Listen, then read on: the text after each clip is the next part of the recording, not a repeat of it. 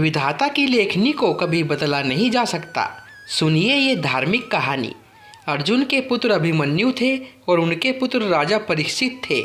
राजा परीक्षित के बाद उनके पुत्र जन्मेजय राजा बने। उन्हें अपने आप पर बहुत अहंकार था। एक दिन जन्मेजय वेद व्यास जी के पास बैठे थे। बातों ही बातों में जन्मेजय ने कुछ नाराजगी से वेद व्यास जी से कहा, जहाँ आप समर्थ थे स्वयं भगवान श्री कृष्ण थे। भीष्म पितामह, गुरु द्रोणाचार्य, कुलगुरु कृपाचार्य जी, धर्मराज युधिष्ठिर जैसे महान विभूति उपस्थित थे।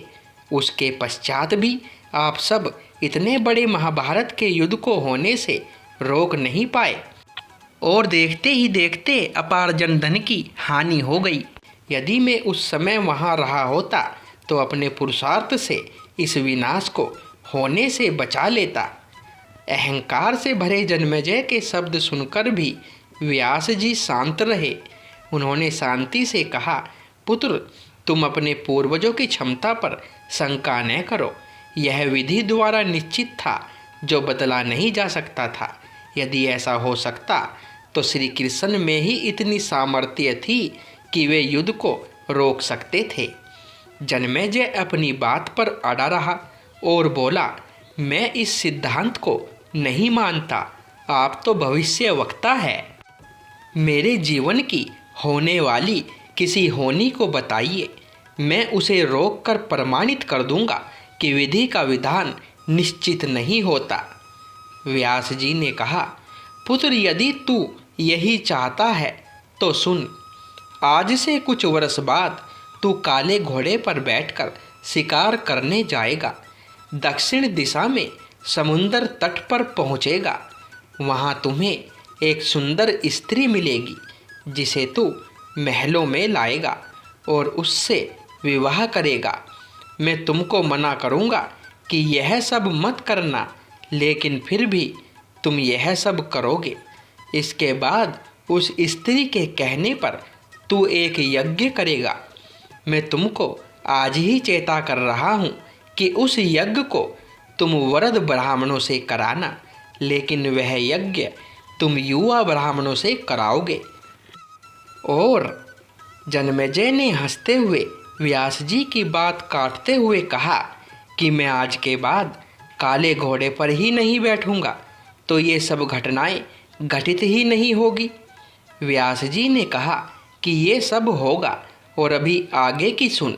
उस यज्ञ में एक ऐसी घटना घटित होगी कि तुम उस रानी के कहने पर उन युवा ब्राह्मणों को प्राण दंड दोगे, जिससे तुम्हें ब्रह्म हत्या का पाप लगेगा और तुझे कुष्ठ रोग होगा और वही तेरी मृत्यु का कारण बनेगा। इस घटनाक्रम को रोक सको तो रोक लो। वेद व्यास जी की बात सुनकर जन्मेजय ने एहतियातवश शिकार पर जाना ही छोड़ दिया, परंतु जब होनी का समय आया तो उसे शिकार पर जाने की बलवती इच्छा हुई। उसने सोचा कि काला घोड़ा नहीं लूँगा, पर उस दिन उसे अस्तबल में काला घोड़ा ही मिला। तब उसने सोचा कि मैं दक्षिण दिशा में नहीं जाऊँगा, परंतु घोड़ा अनियंत्रित होकर दक्षिण दिशा की ओर गया और समुद्र तट पर पहुँचा। वहाँ पर उसने एक सुंदर स्त्री को देखा और उस पर मोहित हो गया। जन्मेजय ने सोचा कि इसे लेकर महल में तो जाऊंगा, लेकिन विवाह नहीं करूंगा। परंतु उसे महलों में लाने के बाद उसके प्यार में पड़कर उससे विवाह भी कर लिया। फिर रानी के कहने से जन्मेजय द्वारा यज्ञ भी किया गया। उस यज्ञ में युवा ब्राह्मण ही रखे गए।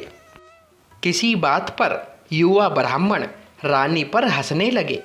रानी क्रोधित हो गई और रानी के कहने पर राजा जन्मेजय ने उन्हें प्राणदंड की सजा दे दी। फलस्वरूप उसे कोढ़ हो गया। अब जन्मेजय घबरा गया और तुरंत व्यास जी के पास पहुंचा और उनसे जीवन बचाने के लिए प्रार्थना करने लगा। वेद व्यास जी ने कहा कि एक अंतिम अवसर तेरे प्राण बचाने का और देता हूँ। मैं तुझे महाभारत में हुई घटना का श्रवण कराऊंगा, जिसे तुझे श्रद्धा और विश्वास के साथ सुनना है। इससे तेरा कोढ़ मिटता जाएगा। परंतु यदि किसी भी प्रसंग पर तूने अविश्वास किया तो मैं महाभारत का प्रसंग रोक दूंगा और फिर मैं भी तेरा जीवन नहीं बचा पाऊंगा। याद रखना, अब तेरे पास यह अंतिम अवसर है। अब तक जन्मेजय को व्यास जी की बातों पर पूरा विश्वास हो चुका था, इसलिए वह पूरी श्रद्धा और विश्वास से कथा श्रवण करने लगा।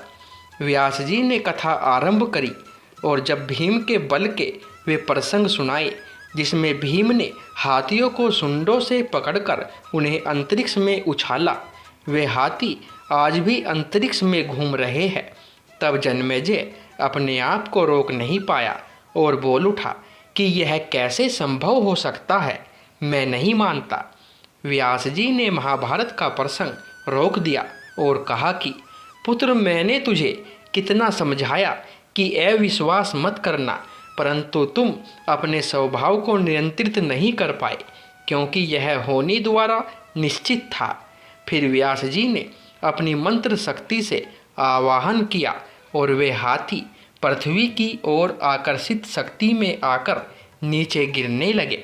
तब व्यास जी ने कहा, यह मेरी बात का प्रमाण है। जितनी मात्रा में जन्मेजय ने श्रद्धा विश्वास से कथा श्रवण की, उतनी मात्रा में वह उसे कुष्ठ रोग से मुक्त हुआ। परंतु एक बिंदु रह गया और वही उसकी मृत्यु का कारण बना। पहले बनती है तकदीरें, फिर बनते हैं शरीर। कर्म हमारे हाथ में है, लेकिन उसका फल हमारे हाथों में नहीं है। गीता के 11वें अध्ययन के 33वें श्लोक में श्री कृष्ण अर्जुन से कहते हैं, उठ खड़ा हो और अपने कार्य द्वारा यश प्राप्त कर। जिनके बारे में तू चिंतित हो रहा है, यह सब तो मेरे द्वारा पहले ही मारे जा चुके हैं। तू तो केवल निमित्त बना है। होनी को टाला नहीं जा सकता, लेकिन नेक कर्म व ईश्वर नाम जाप करने से उससे हानि कम होती है। तो दोस्तों, अगर आपको यह वीडियो अच्छी लगी हो तो इसे लाइक ज़रूर करें और शेयर करें। चैनल को सब्सक्राइब करें और कमेंट में जय श्री राम अवश्य लिखें। धन्यवाद दोस्तों।